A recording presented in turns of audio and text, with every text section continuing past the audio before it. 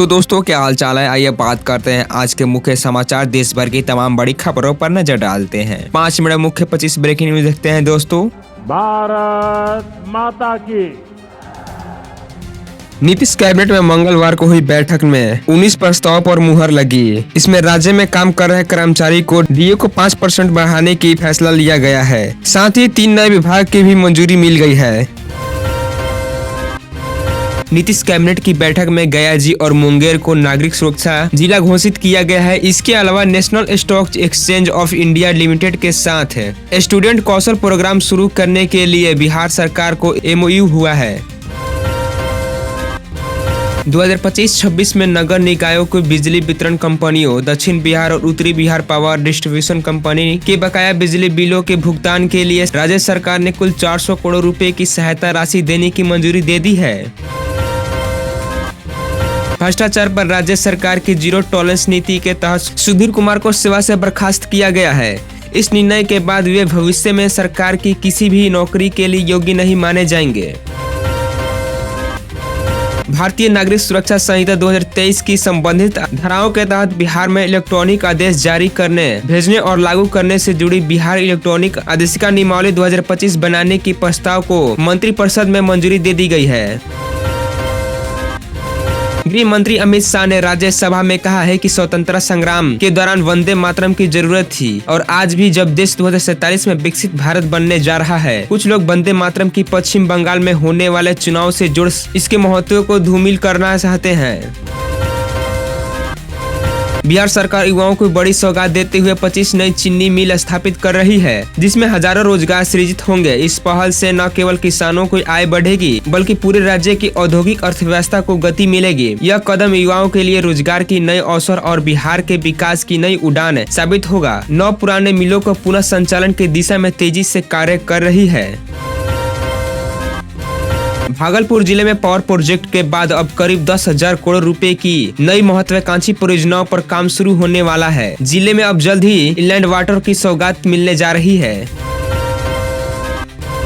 Railway ने train यात्रियों से जुड़े अहम नियम बदल दिए हैं, जिसमें वरिष्ठ नागरिकों, गर्भवती महिलाओं और उम्र 45+ महिलाओं को बड़ी राहत मिलने वाली है। अब लोअर वर्थ की टेंशन खत्म होगी और यात्रियों के सफर के दौरान पहले से ज्यादा आराम और सुविधाएं मिलेंगी। झारखंड की राजधानी रांची में करीब 36 किलोमीटर दूर राज्य का पहला गिद्ध संरक्षण एवं प्रजनन केंद्र शुरू होने जा रहा है। एक अधिकारी ने यह जानकारी दी है कि अगले वर्ष तक इस केंद्र को सुचारू रूप से चालू करने का प्रयास कर रही है। इंडियन प्रीमियर लीग 2026 की नीलामी के लिए 350 खिलाड़ियों की लिस्ट जारी कर दिया गया है। इस लिस्ट में एक नाम ऐसा है जिसने सभी को चौंका दिया है। ऑस्ट्रेलिया में खेलने चले निखिल चौधरी को एक अनकैप्ड खिलाड़ी के रूप में सूची में शामिल किया गया है। ग्रामीण विकास मंत्री श्रवण कुमार ने कहा कि बिहार सरकार रोजगार पर लगातार काम कर रही है। पिंक बस सेवा में महिलाओं की नियुक्ति, 1.2 लाख शिक्षकों की बहाली और 44,000 से अधिक लड़कियों की पुलिस भर्ती जैसे कदम गिनाते हुए उन्होंने दावा किया है कि सरकार ने अपनी सभी रोजगार वादे को पूरे किया है। मौसम विभाग के अनुसार 10 से 12 दिसंबर के दौरान मध्य पूर्व और उत्तरी प्रायद्वीपीय भारत में शीतलहर की स्थिति बनने की संभावना है, जबकि 10 दिसंबर से पश्चिम भारत से सटे उत्तर पश्चिमी क्षेत्र में शीतलहर शुरू होकर 12 दिसंबर 2025 तक जारी रहेंगी।